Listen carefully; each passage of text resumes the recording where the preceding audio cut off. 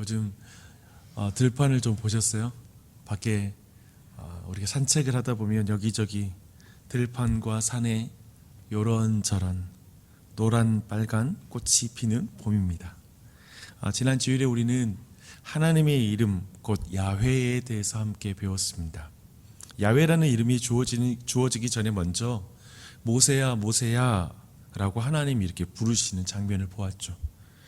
이 의미를 출애굽기 33장 12절은 하나님이 이름으로도 모세를 알았다라고 이렇게 말하고 있습니다. 그리고 그렇게 이름으로 모세의 이름을 아는 것이 바로 모세가 은총을 입은 것이다 라는 것을 이렇게 말씀하고 있죠. 그리고 그렇게 하나님의 은총을 받은 사람들은 반드시 하나님의 이름을 알기를 원합니다. 요즘 이 계절의 변화를 생각하면서 지난 주일의 말씀을 좀 생각해 보는데 어떻게 요약하면 좋을까 생각했는데 김춘수님의 꽃이라는 시가 생각이 나더라고요. 사실 굉장히 아주 중요한 의미를 사실은 담고 있는 그런 시입니다. 한번 들어보십시오. 꽃, 김춘수. 내가 그의 이름을 불러주기 전에는 그는 다만 하나의 몸짓에 지나지 않았다.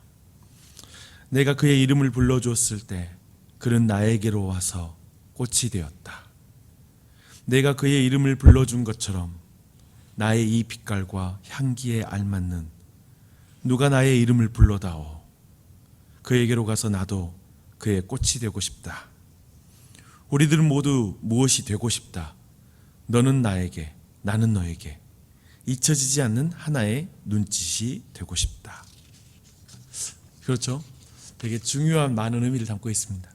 이름을 불러주는 하나님을 만나고 내가 하나님의 이름을 부를 때 우리는 관계하는 대상에 대한 인식과 그 의미를 부여하게 되고 드디어 대상과의 관계가 형성이 된다는 말입니다. 이 말을 다르게 말하면 대상과의 만남을 통해 나의 정체성이 변화가 되는 것이죠. 대상이 있을 때 내가 됩니다. 마치 결혼을 통해서 사랑하는 대상이 아내가 되고 또한 남편이 되는 것처럼 새로운 정체성을 갖게 되는 것처럼 그렇습니다. 하나님과 만남을 통해서 우리는 좀 더 근원적인 정체성의 변화를 당연히 경험하게 됩니다. 저는 여러분이 이미 그 정체성의 변화가 시작되었고 오늘도 그 정체성의 변화를 더 깊이 경험하는 한 날이 되시기를 바랍니다. 우리는 오늘 본문에서도 그렇게 정체성이 변화되는 한 인물 그리고 아주 중요한 그 사건, 그의 정체성을 바꾸는 한 사건을 만나게 됩니다. 그 인물은 누구냐면 야곱입니다. 야곱, 그 이름의 의미는 우리가 아는 것처럼 움켜쥔 자이죠. 그래서 그런 의미로 그는 빼앗는 자이고 약탈자라는 그런 별명을 가지고 있습니다. 그는 그의 이름처럼 형의 장자권을 아버지와 형을 속이고 그렇게 빼앗는 자였죠. 그 결과 그는 긴 세월 동안 아버지의 그 집, 고향을 떠나서 이제 삼촌과 함께 지내게 됩니다. 그곳에서 우리는 아는 것처럼 삼촌에게 탈탈 털리게 되죠. 그러나 기어코 자신의 몫을 챙깁니다. 그렇게 자신의 몫을 챙기자 라반의 안색이 변하기 시작했다라고 성경은 말합니다. 거기에서 관계가 깨진 것입니다. 그렇게 상황이 몰리는 터에 하나님은 야곱에게 아버지의 집으로 귀환할 것과 그리고 또한 하나님이 함께할 것을 약속하십니다. 상황도 그렇고 하나님의 말씀도 있으니 야곱은 용기를 내어서 그 땅을 떠나게 되죠. 그러나 형을 다시 만난다라는 것은 너무나 두려운 일이었습니다. 그래서 하나님은 야곱에게 하나님의 사자들 곧 하나님의 군대를 먼저 보여주세요. 그러니까 야곱을 정말 강하게 하고 싶은 거예요. 두려움에 떠는 그 야곱을 위로하고 싶은 것이죠. 그러나 형 에서가 400명을 데리고 함께 온다는 말을 듣고 분명히 이 400명을 데려온다는 말은 명백하게 적의를 가지고 오고 있다라는 그런 사실을 확인하고 나서 그의 마음이 녹아져 버립니다. 성경은 야곱이 심히 두렵고 답답해서 자기와 함께한 동행자와 양과 소와 낙타를 두 떼로 먼저 나눴다고 말하고 있습니다. 이게 첫 번째 행동이었습니다. 두 떼로 나누는 것. 에서가 한 떼를 치면 남은 한 떼는 피하자라는 생각으로 그렇게 한 것이죠. 그리고 나서 야곱은 두려움에 압도당해서 기도합니다.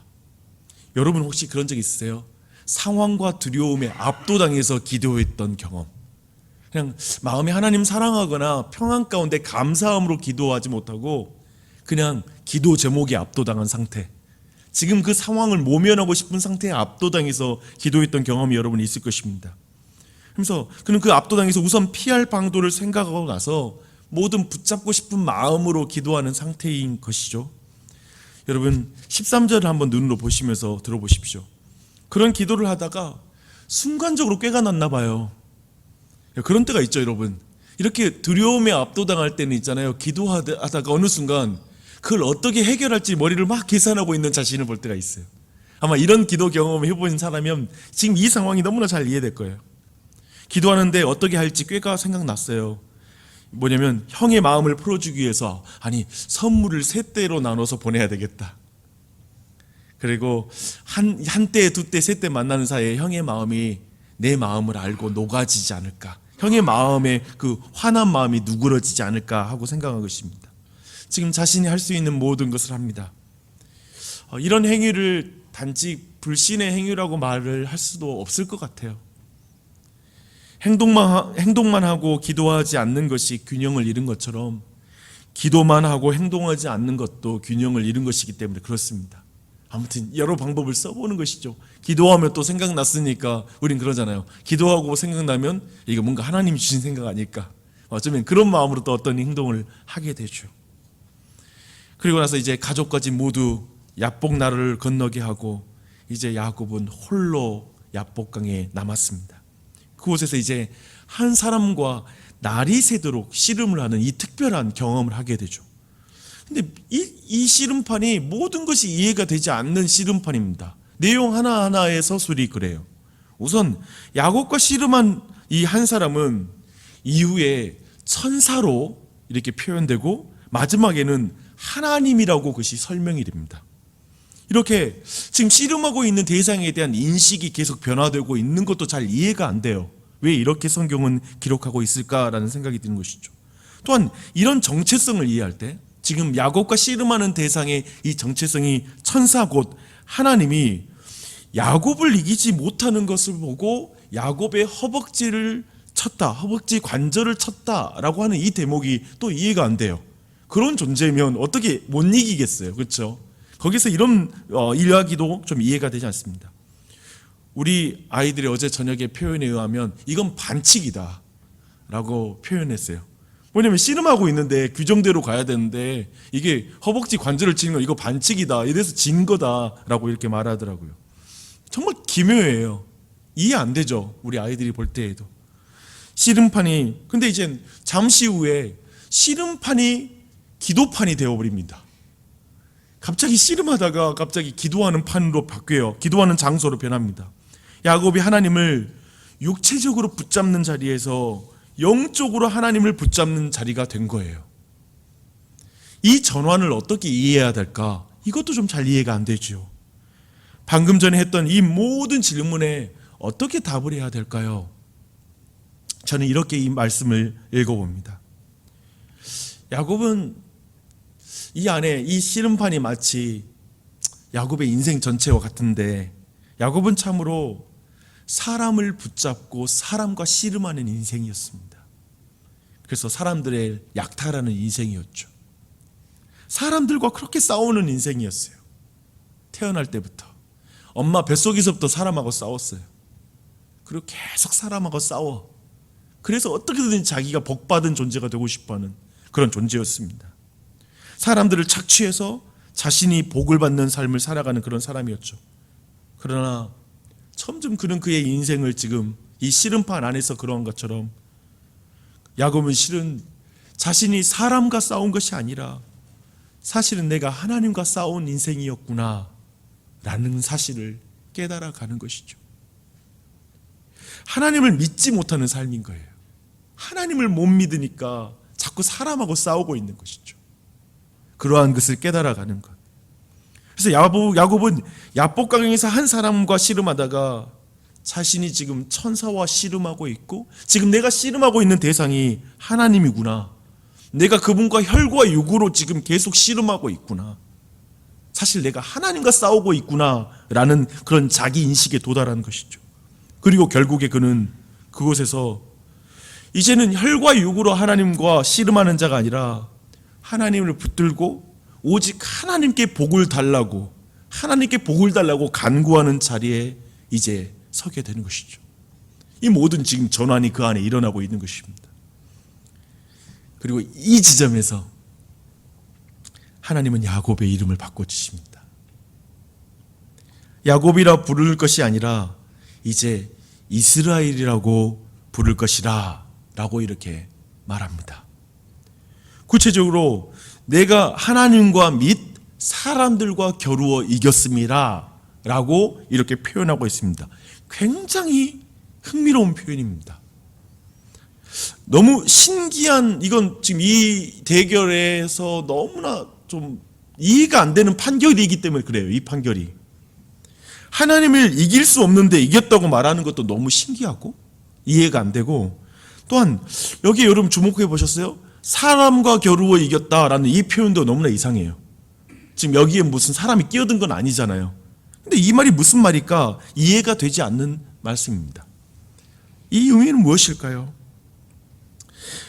인생이 하나님과 겨루어, 하나님과 육체적으로 싸워서 이겼다는 의미는 분명히 아니에요. 그렇죠? 이거 뭔가 깊은 의미가 있어요. 하나님을 끝까지 붙잡고 복을 구하는 것이 이겼다라는 의미가 아닐까요? 하나님을 끝까지 붙잡고 기도하는 것. 그래서 하나님이 야곱의 고집에 지금 졌다라는 의미가 아니라, 네가 하도 고집 부려서 내가 너의 고집에 졌다라는 의미가 아니라, 이제 야곱이 하나님을 진정 자신의 부모님이라고 여기고 자신의 모든 복과 근원이 하나님께밖에 없다라는 생각을 가지고 하나님을 아버지라고 생각하고, 아버지가 나에게 복 안 주면 이제 다른 곳에서 내가 소망이 없어요 라고 이 말하는 이 아이의 기도에 응답하는 것, 그것이 하나님이 지는 것이라고 표현하는 그런 의미인 것이죠. 그런 의미에서 하나님은 하나님과 싸워서 이기는 자, 하나님을 끝까지 붙잡는 자녀의 기도에 응답함으로 이제 사람, 곧 예서와 대면에서도 이제 야곱이 생명을 보존하게 될 것이라는 것을 너가 사람들과 더불어 이길 것이다 라고 하는 이 말씀 안에 들어있는 것이죠.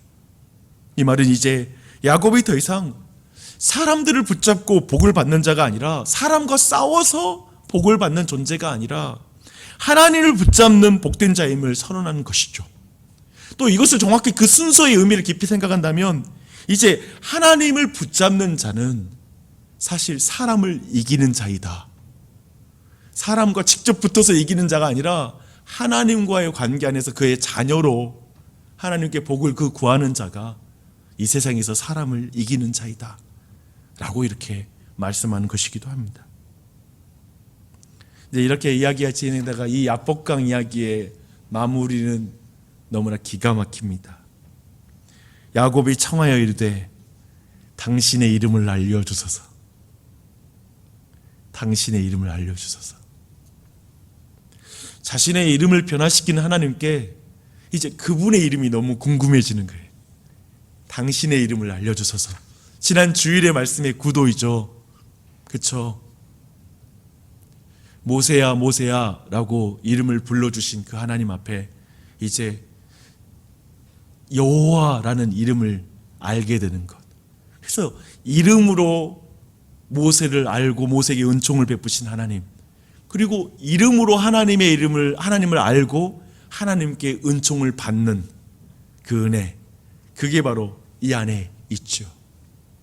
그리고 우리는 이 놀라운 일이 사실은 오늘 이 아침에도 우리의 삶 가운데 일어나고 있음을 기억해야 됩니다. 우리가 아드님이신 예수 그리스도의 이름을 붙잡고 기도할 때 하나님은 어떤 의미에서 우리의 기도에 지지요, 어떤 의미에서 우리에게 다시 한번 은총을 베푸시며 그 기도에 응답하시죠. 이걸 믿으십시오. 그 믿음 가운데 하나님께 간구하는 나가는 이 아침이 됐으면 좋겠어요. 오늘 그런 생각해봐요. 오늘도 우리가 나가서 사람과 한번 씨름하겠죠. 막 우리 자녀들과 막 씨름할 때가 많아요. 저도 그러네요. 우리 아이들과 막 씨름하는 거예요. 그걸 내가 어떻게 고쳐보겠다고, 내가 한번 눌러보겠다고. 아이들과도 씨름하고 배우자하고도 씨름하고, 회사에 가서는 또 직장 종로와 어떻게 좀 씨름해서 한번 한바탕 넘어뜨려 볼까, 내가 어떻게 이겨볼까, 저걸 어떻게 눌러줘 라는 생각을 가지고 또 씨름할 어떤 상황이 펼쳐질 수 있죠. 근데 우리 안에 사람과 이렇게 다투며 뭔가 내 안에 화가 나 있고 분노에 있고 뭔가 공격적인 성향 가운데 끊임없이 누군가를 대하고 있다면 사실 우리 안에 하나님과 씨름하고 있지 않는지를 돌아보셨으면 좋겠어요.